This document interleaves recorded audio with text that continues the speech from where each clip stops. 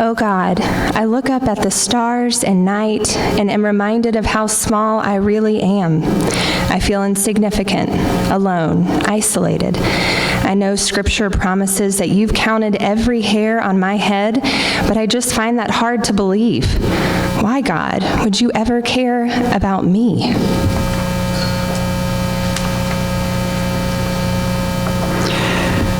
I've been reading this book about the Bible recently, and it makes a lot of sense, except that it's completely changing the way I think about you, God. I'm so glad to have so many questions I have had throughout the years answered. And yet, simultaneously, now I have all these new questions that are, quite frankly, kind of scary. Do you even exist? Can I really trust you? I'm 75 years old. I should have more answers than questions at this point in my life. So why is it the other way around? What are you trying to tell me? My cousin says I'm going to hell. He's certain about it. In fact, he speaks with more certitude about it than anything else I've heard him speak about. All I said is that I don't know how a loving God could send anyone to hell. He says I don't have enough faith. If I'm honest, I envy his certainty. It's a lot easier to live in the black and white than the gray. Oh God, if you are an all-loving God, then why would you condemn anyone to a place of eternal punishment?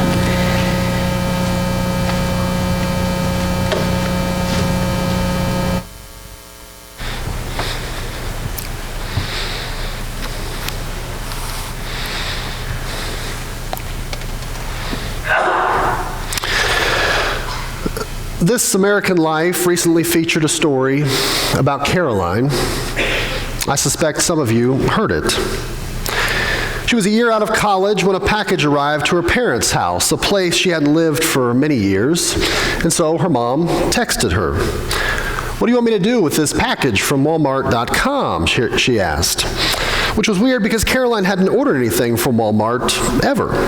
So she texted her mom back and said, "Well, just open it, see what's inside." Inside the box was one small can.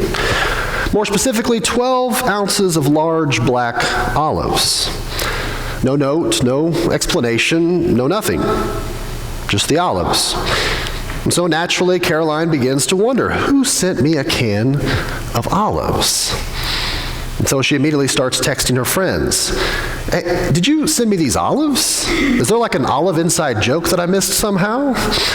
People start responding, "I have no idea what you're talking about. Caroline, I didn't send you any olives."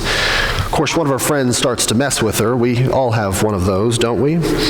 "Oh, the classic olivine," the friend texts. Caroline immediately went to urbandictionary.com to look up olivine, just in case. Nothing came up. So Caroline thinks, okay, maybe Walmart just made a mistake. This was a random computer glitch. Or maybe her friends were lying to her and they sent it to her after all. So she calls Walmart. There's no receipt, but there's an order number on the box. They tell her it's not a random computer glitch. There's a person, a real person who ordered it and sent it to her. He even has a name, and they give it to her. Christopher Fouts. Of course, Caroline doesn't know anyone by this name, so she Googles Christopher Fouts, looks for him on Facebook and Instagram, but can't figure it out. So inevitably, she begins to create this image of him in her mind. I imagine he's at his office where he comes in the cubicle every day and he grinds away, she says, but in order to stay sane on the side, he likes to pull these pranks and whatnot. Basically, he's this stranger out there in the world who's sending random packages to people just to surprise them. In fact, thinking about him this way starts to give her some hope. She says, I mean, if some random person is just going to send you olives to make you smile, well, that's pretty cool, right? Yes, it would be. Except that's not what Christopher Fouts did. They finally track him down to ask him why he sent the olives. He's somewhat hard to find, living in Germany now, selling stuff on Amazon as a side gig from the basement of his home. He sells household goods, and apparently Caroline has been one of his customers. She'd placed an order on December 30th for a 12-piece diningware set, but when he went to the basement to send her this diningware set, he found that he was out of stock, and so he went online and bought it from Walmart.com. Had it sent to this address, which was apparently her parents', but there was one small snag. The dinner set was below Walmart's threshold for free shipping. Enter the can of olives. You see, adding the can of black olives put the order above the threshold for free shipping. As a result, Christopher Fouts saved $3.70. Fouts confessed, "I never thought about my customer opening up a random can of olives. I was simply trying to minimize my cost." Turns out, the answer Caroline had come up with to her question was even less romantic than a random computer glitch. At the end of the day, it was a guy trying to save $3. Which is the way it works most of the time, isn't it? When we don't have the answers, we tend to create them in our minds, whether they're accurate or not. Like when you have what you perceive to be a strange interaction with your friend and decide later it must have been because you didn't compliment her new blouse, which you'd noticed but just simply didn't get around to mentioning. Or when your boss doesn't give you the usual greeting one morning and by the end of the day you're convinced that he's going to fire you for that mistake that you made the day previous. Or when your son calls and he doesn't sound like himself, so you conclude by the end of the call that obviously his marriage must be on the rocks and he's deciding whether he's going to stay or whether he's going to leave. Of course, you find out later that all three were just having a bad day. And in each instance, it had nothing to do with you. But that doesn't stop us from searching for the answer. And if all else fails, even making one up. Which more often than not isn't just the wrong answer, but perhaps even at times a harmful one. One of the sermon commentators I listen to and read is a man named Rolf Jacobson. He's a professor of Old Testament at Luther Seminary in St. Paul, Minnesota. And while talking about the story of Job in a recent podcast, he told a story about his childhood. While in high school, he was diagnosed with a rare form of cancer, and the only way to save his life was to have his legs amputated.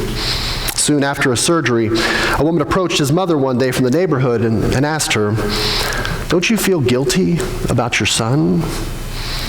His mother responded, "Well, I certainly feel awful for him, but I'm not sure about guilt." To which the woman replied, "Well, if you just fed him a healthy diet of fruits and vegetables, he'd probably still have his legs." Hard to believe anyone would think, let alone say, such a thing. And yet this neighbor is not alone. Truth be told, she sounds a lot like Job's friends. We've not heard their responses to Job's questions in the readings we've read in worship up to this point in this series, but they're in the background all along. In fact, they're always in the background, aren't they? Whether they're our thoughts or someone else's. You're suffering, so you must have done something to deserve it. Okay, it wasn't you, but it had to have been someone connected to you. There has to be, after all, a reason for our suffering, an answer for our pain. At least that's what most Christians say, isn't it? There's a reason for everything. Well, according to our reading from God today, maybe or maybe not. But either way, that doesn't mean that we're entitled to it, which I think is a significant part of the struggle for both Job and for us. After all, the world teaches us otherwise. There's always an answer if we just dig enough or prod enough or research enough. Isn't that why we pour millions into cancer research and send people into outer space and do archaeological digs in the desert? We don't just search for answers, we demand them. And Job does too. To which God responds out of the whirlwind, not with a definitive answer or declarative statement, but rather with more questions. Did you notice that? Where were you when I laid the foundation of the earth? Who determined its measurement? Surely you know. Or who stretched the line upon it? On what were its bases sunk? Or who laid its cornerstone when the morning stars sang together and all the heavenly beings shouted for joy? Or who shut in the sea with doors when it burst from the womb? Imagine today God saying it a bit differently. Something like, hey, schmuck, have you Googled those pictures from the Hubble telescope of the 300 billion stars in our own galaxy and the 100 billion galaxies in the universe? Did you know you've only explored 4% of what's known in the entire cosmos? And the oceans, which cover 71% of the Earth's surface, did you know they contain 97% of the planet's water, and yet more than 95% of the underworld world remains unexplored by you? We only get 6 verses in our reading today, but God goes on for 4 chapters like this in Job, which isn't insignificant. No, God's making a point by asking so many questions, which all amount really to one. Why do you talk so much when you know so little? I can remember on the first day of my theology course in divinity school, my professor saying something like, theology must begin with an acknowledgement that we can never fully know or understand God. God will always be beyond our full comprehension. Thus, what we do in theology is to seek to know something of God's character. But in those attempts, we must do everything in our power to do no harm along the way.